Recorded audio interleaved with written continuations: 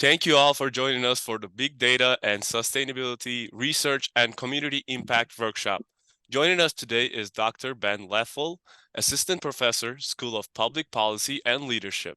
Dr. Leffel is going to discuss his research and intersection of big data, corporate sustainability, and community impact. I'm going to hand it over to them to get us started.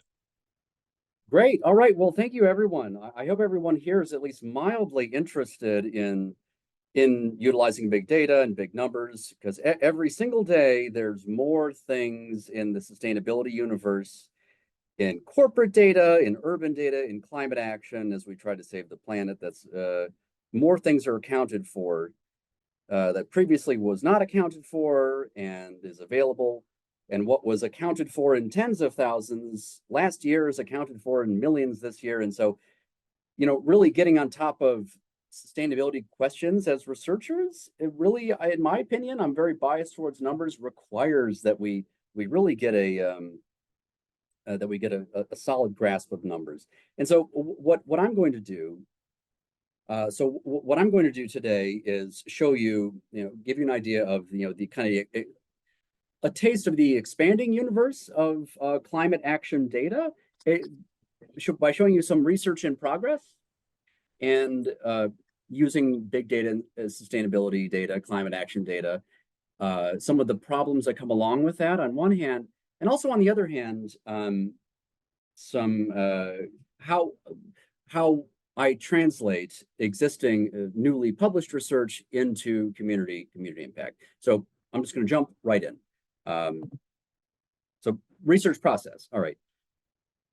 Many of you might be interested in urban questions, and if you are, well, an interesting bit of data that is open that has been somewhat underutilized is emissions trading. Now, first of all, I'm going to explain what emissions trading is, and also that will help to show exactly what it is that you're looking at. So first of all, emissions trading. What is it? Emissions. There's different ways to regulate, to govern climate action, and one of those ways is to take a market-based approach, which it's a way to help make companies money while reducing emissions. It's kind of, if we look at it in governance in terms of the carrot and the stick, right? The carrot is the incentive, like financial incentives, make it cheaper, or make money, and then the stick is we're going to regulate you, do these things or we're going to fine you. And comply, in other words, and both can work. In any case, so emissions trading is this market-based mechanism in which, let's say that you are a company and you're in the European Union, and there are systems of these in the United States too.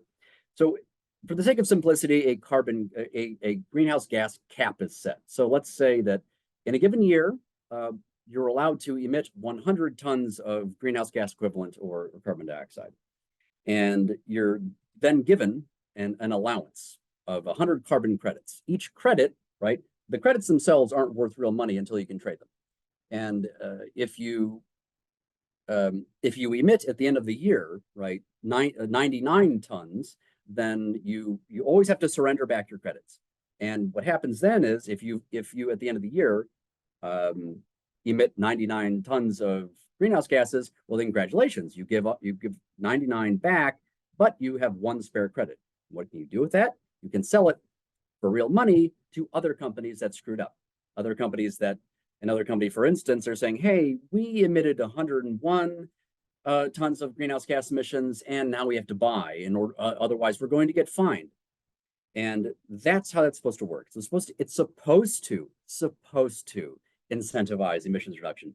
Does it actually work that way? Well, that's a separate question for now. That's the way it works. And so what's interesting is that the European Commission makes available these data.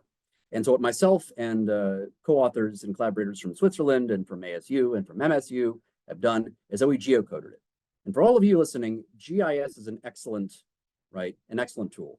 Please use GIS. Please reverse geocoding and direct geocoding. Let's say you have a big data set of all these city names, and they're non-standardized. You want to get geographic data on it. You want to standardize the data. You have a million entries, and how do you get nice, clean Madrid, Paris, Barcelona, etc., in a standardized form, right? GIS is great for that. reverse geocoding and direct geocoding for that. So what we did was we actually were able to trace over time from location to location, right? These companies are trading with one another carbon credits. And so the interesting thing here is is if a company in Paris is selling different credits, that means that they're doing better. They have spare credits. So where's that money going? And essentially, it's where urban climate finance is going. There's more companies in a given city, in a given place that are trading. So there's some important questions we can answer. First of all, the market itself, right? Is it like the stock market? Is it a spot market? In which, because the stock market is called a quote unquote spot market, which means that it's totally random. Nobody cares who they're trading with. It's just something on the screen you click on. But what if it's not random? What if there's actual urban attributes? Because for the first time, we're actually able to trace over time in space where that money is going. We can do it for the United States too if we want it. But we can answer questions like, well, what if there's certain urban attributes that attract companies that are more engaged in carbon trading, that are doing better, that are selling more credits? And what does this mean for getting more green companies in your city? Do certain urban, is it like what attracts what attracts companies that are more involved in carbon trading? And and how can a city build a more green economy, or at least companies that are more involved in carbon trading? So those are some of the questions we can answer. Now that's the fun, pretty part to look at. The difficult part is the actual data. And so for those of you who are working with big data and merging data sets and doing regressions and spatial models, well, the hard work actually involves, it kind of looks like this. So first of all, on the left here, you see the raw data. You see in each row is a year and a company and a facility that is transacting, it's selling or buying. And as a basic step, if we are to then build a separate data set to ask, all right, well, we want to tack on city level attributes of distance between companies, urban climate commitments. I mean, the idea here is that what attributes are associated with more of this climate finance coming in, what's associated with, what city level factors are associated with more carbon trading. It involves building a data set. I mean, it's the basic building blocks, right? So, I mean, many of you may work with big data on a daily basis and doing studies of this sort, but that's how you kind of build it from the ground up. And there's data sources like Dun and Bradstreet offers really great global data on what kind of companies are in cities around the world. And I published if you on my website, benleffel.com, on the data sets thing, you can download like global urban climate commitments data that you could tack on if you wanted to. And it has coordinates, which makes it easy, but that's how we would kind of build it up. Now, that's sort of, you need to standardize the data and harmonize it. Now, another thing here is the question I mentioned before of, well, does it actually make a difference for emissions reductions, right? So this is the research process.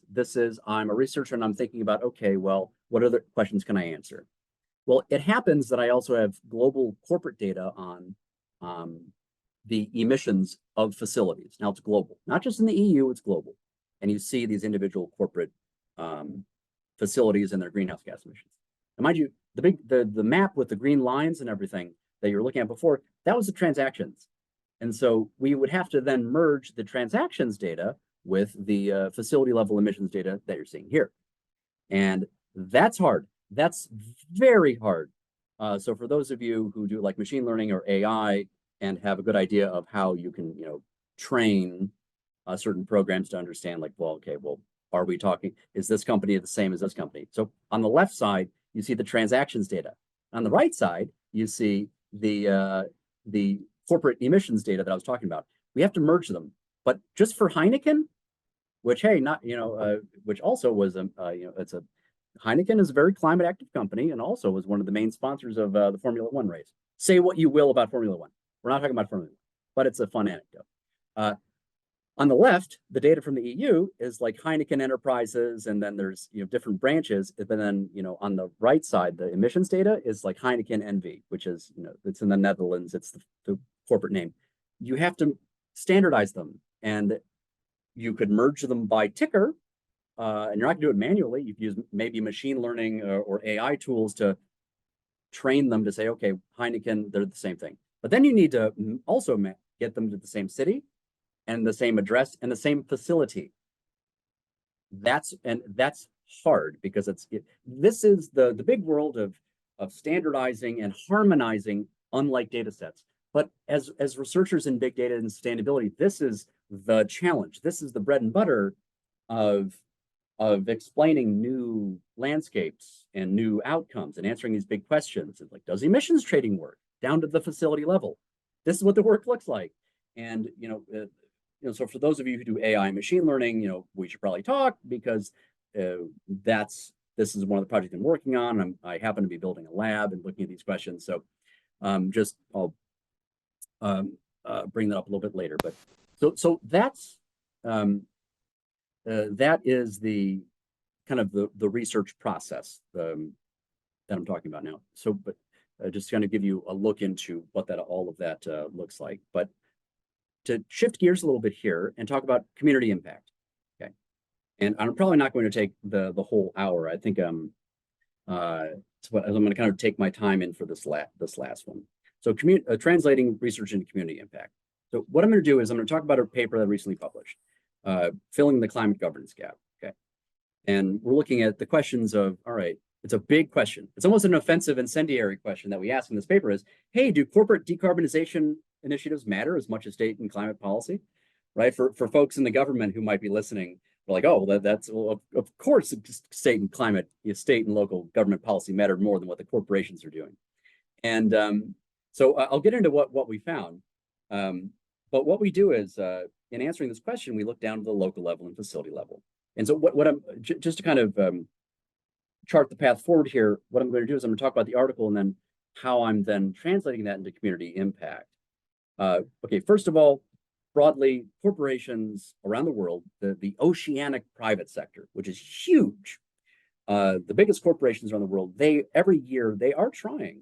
They're putting forth efforts to reduce emissions, and it's a massively expanding pool. I mean, the Walmarts, the Nestle's, the Dow Chemicals, the Heinekens, et cetera, the businesses, they're saying, here's our emissions, and here's what we're doing to reduce emissions. Here's what we're doing internally. Here's our lobbying activities, et cetera. And every year they're disclosing more and more of their efforts to show the world that here's what we're doing. We're trying to fight it, because companies in the private sector, particularly in the fossil fuel industry, are largely responsible for getting us in this climate mess. And one of the biggest repositories for that is CDP, formerly Carbon Disclosure Project. And what we did was we have their data. We were able to get, for across corporate America, get facility level carbon emissions data down at the facility level. And so the question is, well, what's reducing those emissions down at the facility level? And we're looking at internal corporate initiatives. And it is possible they report each company and each year. Each company and each year, you have disclosures of, well, what building energy efficiency initiatives did they implement? What, like, new HVAC systems? What new production process energy efficiency systems did they implement? Like new refrigeration units, or new manufacturing fabrication equipment that's more energy efficient. Did they decarbonize their transportation fleet? Did they install solar panels? We can track it. So essentially, every time you see data that it may be a list, but it has a year and a group, like in this case, it's a company year. What we were able to do is to get over from 2010 to 2019 to code data, not just on their emissions, but what these companies are doing. So in the title of the article, Corporate Decarbonization Initiatives, that's what we're talking about here. What are they doing and what difference does it make? So for 1,300 facilities, and we're talking from Nestle to Dow Chemical to Ernst & Young to Broadridge Financial to Salesforce and multiple other companies, manufacturers, financial firms, looking not just at the internal decarbonization initiatives across the companies, but also what about the local policy? So even the Department of Energy recommends that if you want to understand what's going on in your state in terms of state climate policy and the incentives that are offered, use the Desire database. It's out of NC State, and it's the database of state incentives for renewables and efficiency. So again, you can download the database and you can see what states for what year have what kind of policies available. And we're able to do that. We're able to code it. We have the data on what states are doing in terms of regulations and incentives. So here's what we found. So for across corporate America, what matters most, first of all, just going from the far left, which is when companies are doing nothing. So that represents a facility in which there is a facility in which there's no new state policies, there's no new city climate action plans, there's no new state regulations, there's no new state incentives. And there's also the company itself is not doing anything climate action. So everything from the red rightward represents how, on average, how much in tons emissions reductions are achieved by facilities across the United States for individual factors alone. So working from the left rightward, we see that corporate initiatives, they do actually make a difference, right? But not nearly as much as what local government is doing. So corporate initiatives do represent a 0.3% reduction in emissions. So what the companies are doing themselves actually do make a difference, but not nearly as much as city climate action plans and state climate regulations. So the public sector is doing it matters more. Today, we're in the Post-Inflation Reduction Act era, and there is, and it's critical that local governments get new provisions from the federal government because these provisions are available for energy efficiency rebates and grants and loans, because that can make a real difference, particularly for businesses that are engaged in climate action. So the question here in terms of translating this into local impact is how to get more surgical with mobilizing these incentives. Well, one might look to this, the on the ground trend of there being increasing corporate municipal collaboration. Right, I've actually written a little bit about this when I was a postdoc. There's a trend in which cities are identifying, they're not just making, cities and states, they're not just making the incentives available and saying, hey, here it is, come and get it if you want, if you're a company that cares about decarbonizing, but they're also getting more surgical. They're identifying the companies that are themselves involved in climate action that are likely to use those incentives. So, and that can allow for the alignment even of corporate climate targets with that of City Hall or that of the state. And there's even a new alliance that's trying to harness these practices, which is the City Business Climate Alliance by C40 Cities, by CDP themselves, and also by the World Business Council for Sustainable Development. And so they've noticed for cities across the United States, from Boston to Dallas, what they do, these cities identify the companies within their jurisdictions that are most climate active, that are therefore most likely to work with them on climate change mitigation. Let's say on, what are your shared goals? Do you want to work on building decarbonization? Okay, let's create a building decarbonization initiative in which we can share practices, connect you to resources. Or it's also an excellent platform on which incentives can be mobilized right to these companies. So City Hall will determine that, okay, well, businesses want to cheapen the massive costs of decarbonizing their buildings, of installing energy efficiency upgrades. Okay, how do we do that? Well, we're going to harness new IRA incentives, and the city or the state will offer them to businesses that they know will use them. So, but it's a very imprecise process. Since my research identifies the need to identify the companies for this purpose, it's critical to have a more surgical and precise approach to identifying what companies in a city are climate active. So I've developed a way for any city in the world to identify which businesses are most climate active. So in Indianapolis, LA, Pittsburgh, and also in Las Vegas. And so if we look at just Las Vegas here, we see that out of the 180,000 some businesses that are within Las Vegas, I'm able to identify the facility that belongs to a company that discloses its emissions and its decarbonization measures. And the thing is, it's difficult. The difficulty in the data process here is that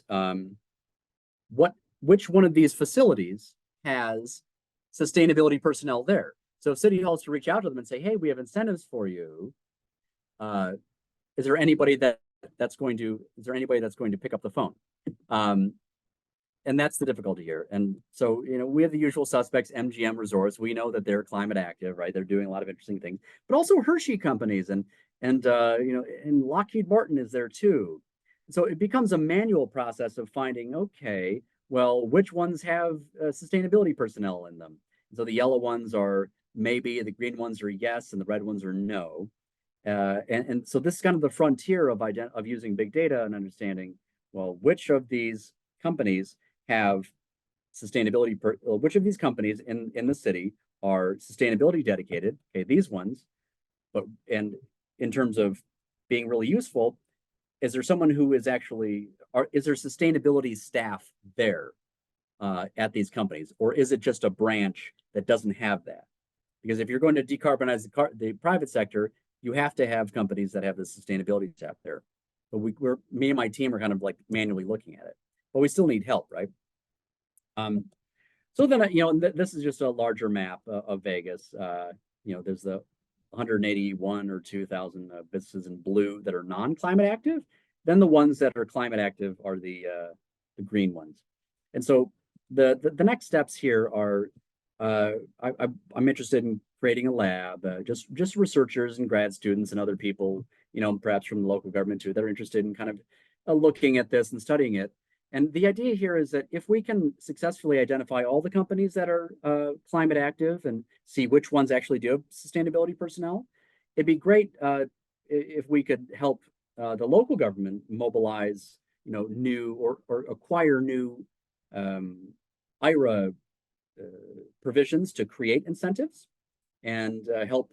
And if we do that and we get, we help Clark County and City of Las Vegas identify those businesses and then mobilize incentives for decarbonization to those businesses, get them at the same table, then that can help both the public and the private sector reach their energy efficiency goals. And that's kind of what's happening in cities that do really successful public-private partnerships around the world. And also with a research team that I'd like to build is, help see how we can help these firms meet these their sustainability goals. And from a curriculum standpoint, how do I teach students, future students, in the skills that local companies need for their sustainability goals? Because I'm in a public policy school, and businesses are now doing public policy. Right outside my door is the MGM Resorts Public Policy Institute, and that's important because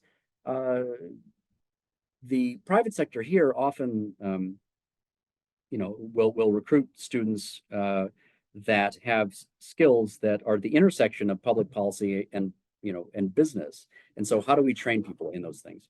Anyway, so the impact again is that I want to emphasize here is that building a lab.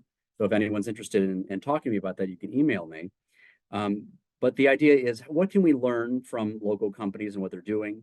How can we help the local government meet its sustainability goals by identifying the right companies, getting them to the same table as City Hall and Clark County, and advancing public and private decarbonization goals. And so I mentioned we have an MGM Institute here, and I'm going to be helping build a sustainability agenda and talking to some of these companies.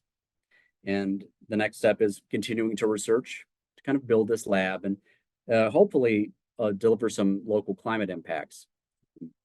So that's it. That's if anyone's interested, please to kind of collaborate, reach out to me, particularly if you work with big data or any kind of data science or have an interest in this, because I'm working on all of the above projects and I'm interested to work with folks. But I hope in any case that this was insightful, interesting, and maybe educational for many.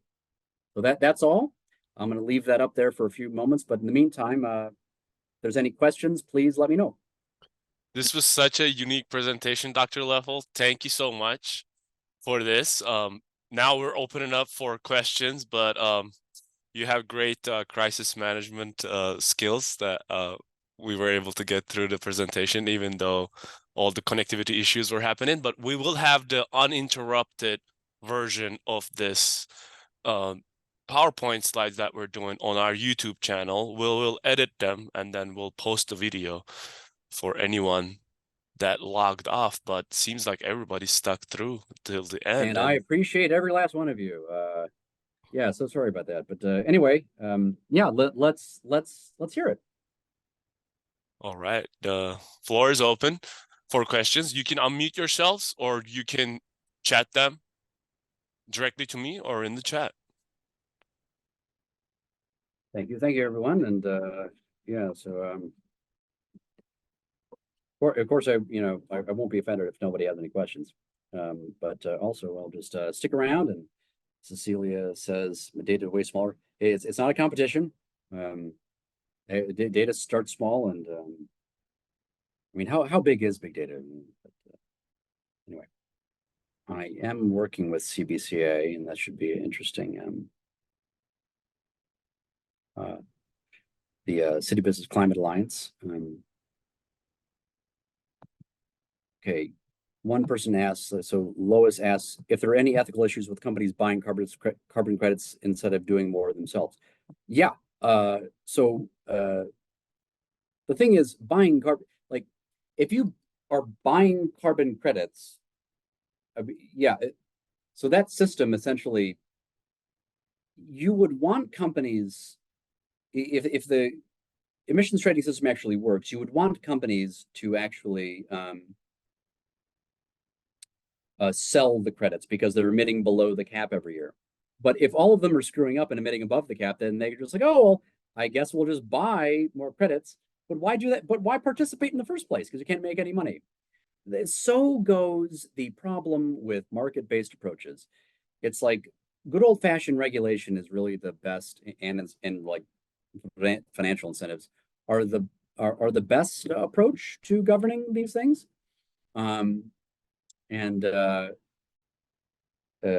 Right, because the carbon, the carbon market just puts so many steps in between it turns a financial it tries to substitute the physical process of emissions reduction with all these steps and financial transactions that really get in the way of real emissions reduction. So yeah, that's my answer to that. And is there an ethical issue? Of course there is, because if companies aren't doing what they need to do, then it's not working. Is there a limit on credits organizations can sell? That's a really good question. I mean, I imagine they can only sell, well, they can sell only as many credits as they have, as many spare credits as they have. So if they're doing really well and they build up a bunch of credits because they emitted below the cap, then sure, they can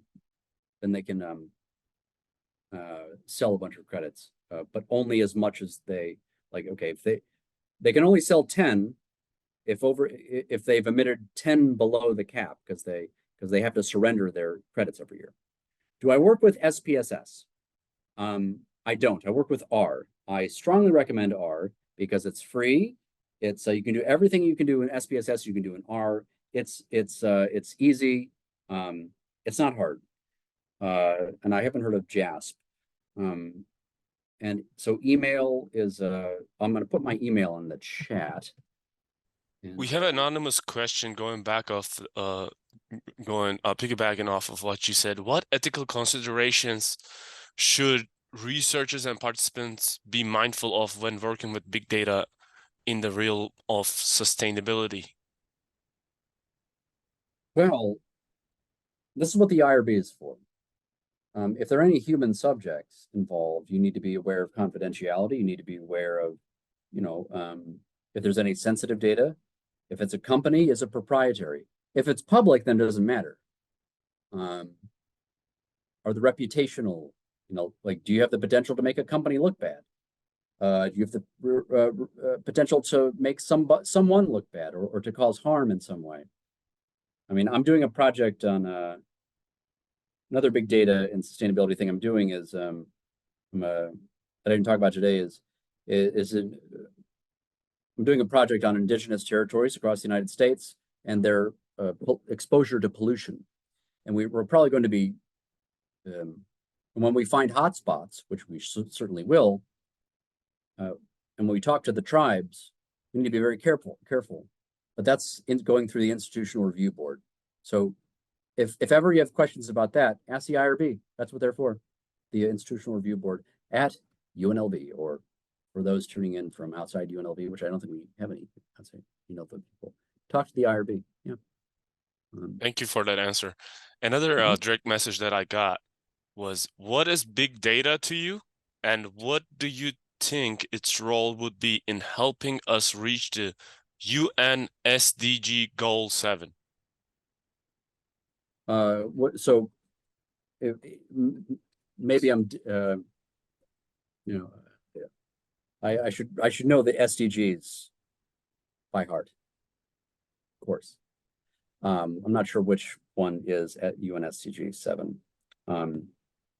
But whichever one it is, let me just say, for any sustainable development goal, and I don't normally quote Mike Bloomberg, but it's true. You can't change what you can't measure. I'm paraphrasing. And everything is about measurement. If you want to, so if delivering any kind of sustainability goals is a matter of performance, you must first measure those things. And big data provides ways of measuring it. And for those of you, and there's also clever uses of, scraping data and, Twitter data, communications data, and, ensure access to affordable, reliable, sustainable, and modern energy. Well, yeah, I mean, affordable, reliable, sustainable, modern energy. So in terms of allowing access to renewable energy and reliable energy, it's a matter of tracking. So if we're talking about the goal of climate finance, well, then how do we track climate finance? Emissions trading is a way of doing it.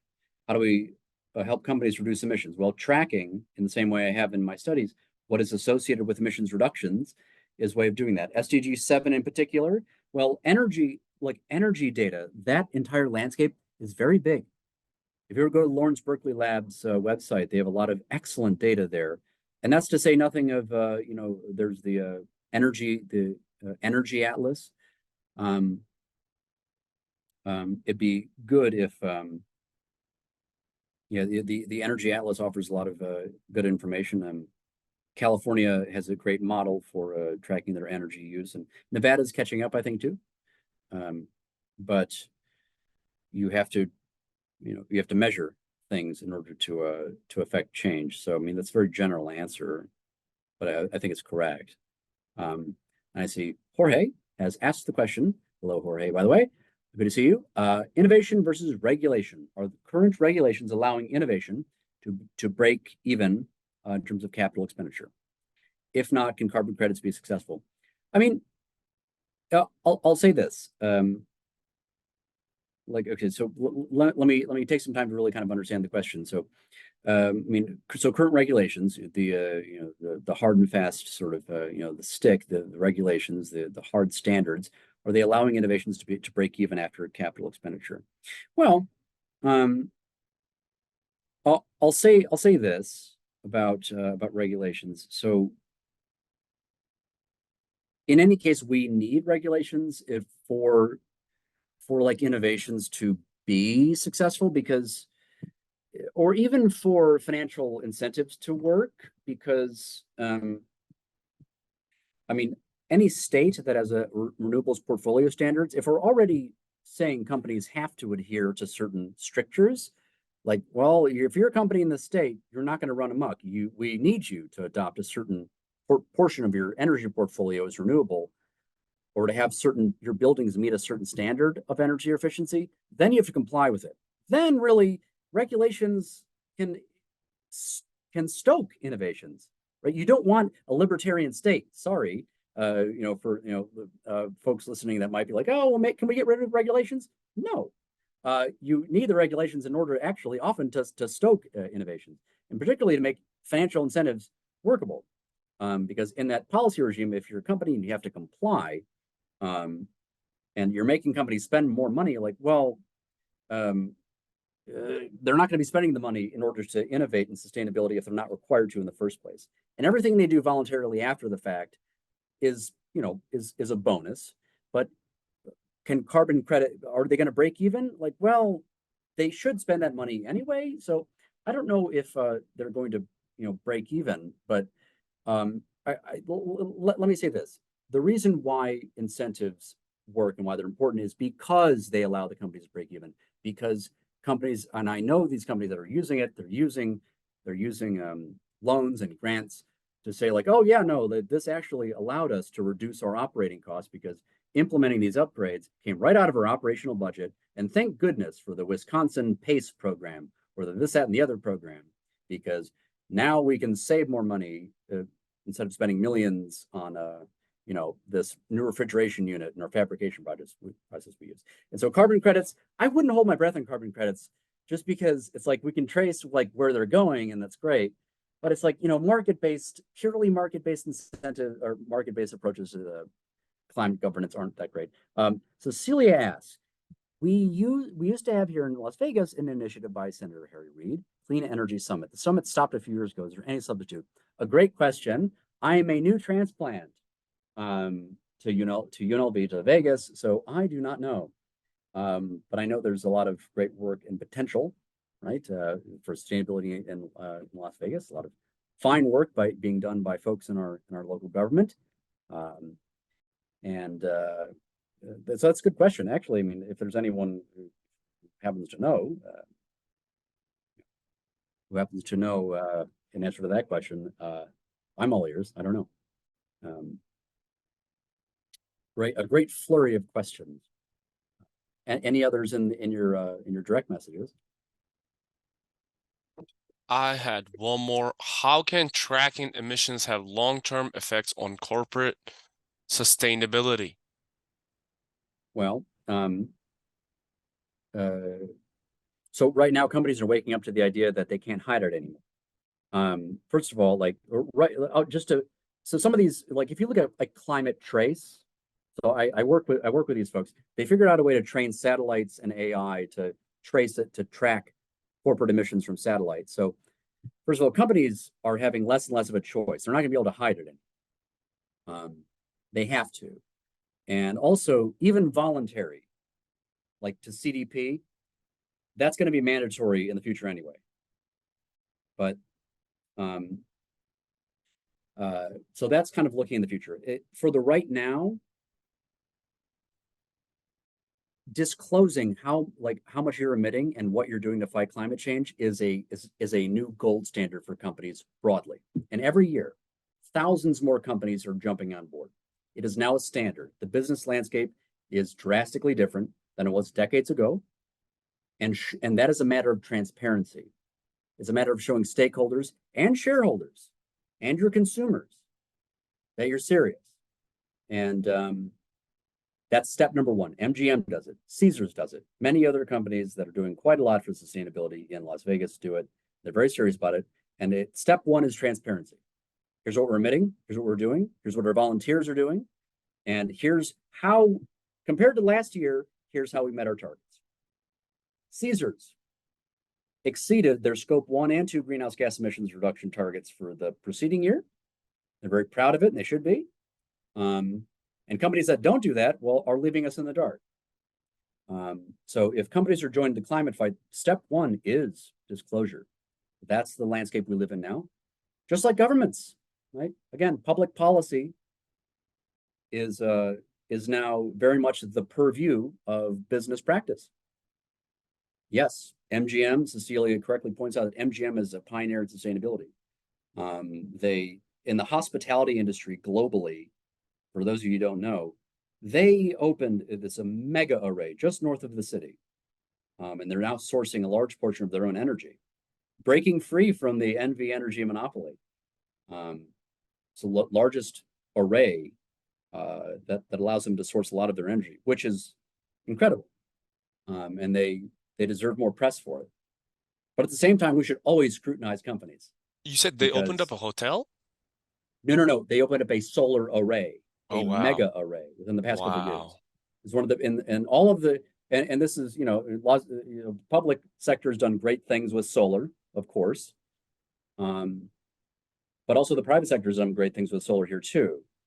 And if you look up MGM mega array, you're going to see that in all of the hospitality industry, MGM did something very impressive, and that was building this massive solar array north of the city. And so a lot of their facilities are now powered by that. And yeah, so there's a lot going on in the city. That's why I'm happy to be here. There's a lot of great work going on across sectors. That is so unique, and presentation was unique as well. We've learned a lot.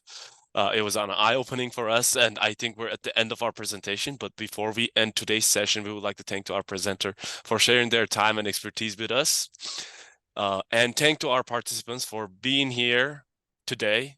Before you all log off, please take a moment to fill out the survey that I just dropped in the chat.